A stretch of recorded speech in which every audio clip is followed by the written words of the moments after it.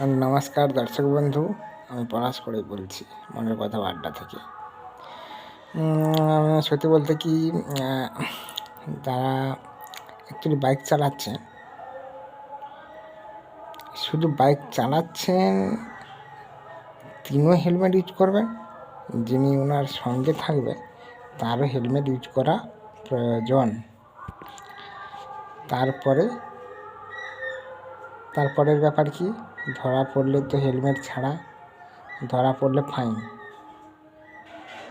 1000 টাকা ফাইন হোক কি সে 1200 হোক, যাই হোক একটা ফাইন থাকলো। তারপরেও সেরকম চালাবেন। 1 নম্বর, হেলমেট ছাড়া চালালে কোনো কিছু হতেও পারে, তাই সাবধান থাকবে, সেটাও হলো। তার সঙ্গে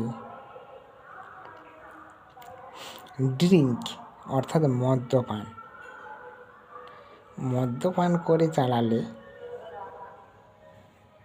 তাতেও ধরা পড়লে যাবে হয়তো 6000 7000 যাক আর 10,000 যাক, যাও একটা যাবে, ঠিক আছে।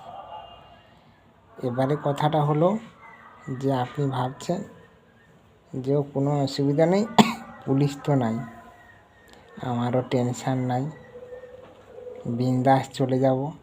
ওই বিন্দাসটা ঠিকই আছে, হয়তো সবার যে হবে তা নয়, একজনের হলেও তো হতে পারে। তাই সাবধান থাকুন, সাবধান থাকাটা আশা করি ভালো, কারণ আপনার শরীর সুস্থ থাকলে আপনি ভালো থাকবেন, আপনার পরিবারের লোকও ভালো থাকবে। তাই ভালো থাকুন, কারণ হেলমেট ইউজ করাটা আশা করি সবসময় ভালো। আমার সাধারণ নাগরিকই বলছে, আর আমাদের দেশের প্রত্যেক নাগরিক ভালো থাকুক, এটাই কাম্য করি। আর কি বলবো, এতক্ষণ ভিডিওটি দেখার জন্য ধন্যবাদ। আর ভালো লাগলে লাইক শেয়ার কমেন্ট করুন। তার সঙ্গে আর কি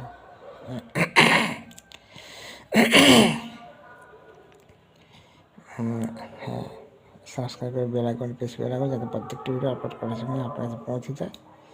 আর কি বলবো যে হ্যাঁ, এতক্ষণ দেখার জন্য ধন্যবাদ। Bye, tata.